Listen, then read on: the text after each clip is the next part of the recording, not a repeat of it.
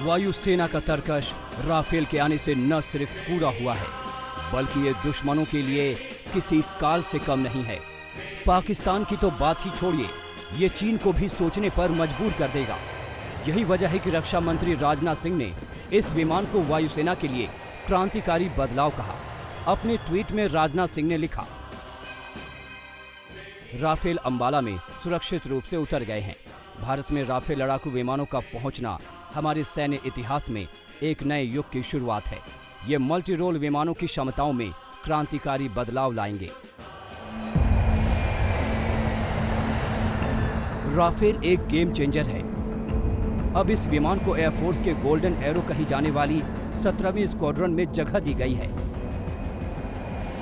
Rafale के आने के बाद गोल्डन एरोज को नया जीवन मिल गया है। इस स्क्वाड्रन का जोश बहुत हाई है।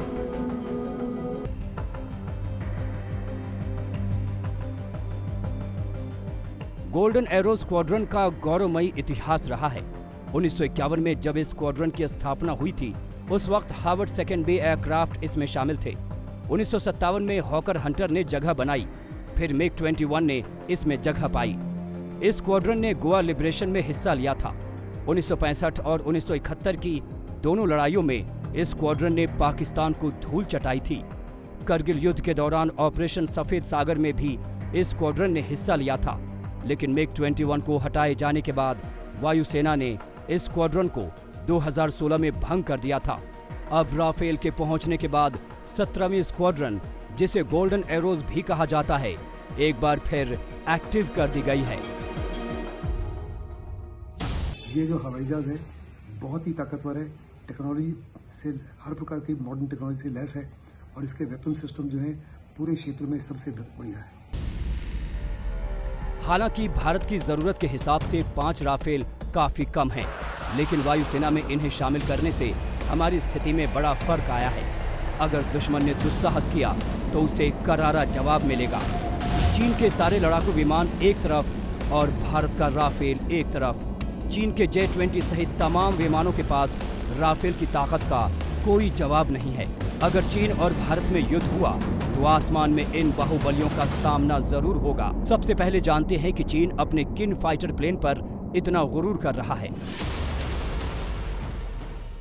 दरअसल चीन के पास सबसे आधुनिक विमान चेंगडू J-20 है। इसके अलावा Chengdu J-10, Chengdu J-7, Shenyang J-15 समेत 11 तरह के छोटे बड़े फाइटर प्लेन हैं। इसमें सबसे शक्तिशाली चेंगडू J-20 है। J-20 विमान साल 2018 से चीनी सेना के बेड़े में शामिल किया गया है। वहीं भारत के पास Rafale, Sukhoi, Jaguar, Mirage 2000, MiG 29 जैसे खतरनाक फाइटर प्लेन हैं। यहाँ ये बताना जरूरी है कि चीन के सारे विमान पश्चिमी देशों से असल विमान के डिजाइन को चोरी करके बनाए गए हैं। जब राफेल जैसे आधुनिक विमान से चीन के J-20 की तुलना करते हैं तो राफेल की खूबियों के सामने वो बौना दिखता है। जहां चीन का J-20 का इंजन सोवियत संघ के Su-30 में इस्तेमाल होता था, जबकि राफेल का इंजन ज्यादा भरोसेमंद है, ज्यादा लंबे समय तक चलता है और इसका मेंटेनेंस भी लंबे समय तक किया जा सकता है। राफेल विमान अपने वजन से 1.5 गुना ज्यादा ईंधन और हथियार उठाकर उड़ सकता है। ये क्षमता J-20 पर भारी पड़ती है। राफेल की मारक क्षमता ज्यादा है और एक बार की उड़ान में 4 मिशंस को अंजाम दे सकता है, जबकि J-20 ऐसा नहीं कर सकता। J-20 मल्टीपल मिशन को एक साथ अंजाम देने में सक्षम नहीं है, जबकि राफेल बहुमुखी है। सबसे खास बात यह है कि किसी भी मिशन को युद्ध में परखा जाता है, जहां युद्ध क्षेत्र में राफेल का अनुभव बेजोड़ है। इसका इस्तेमाल अफगानिस्तान, लीबिया और सीरिया में हो चुका है। वहीं J-20 ने अब तक असली युद्ध क्षेत्र का अनुभव नहीं किया है। चीन इसको लैब में ही उड़ाकर खुद पर इतरा रहा है।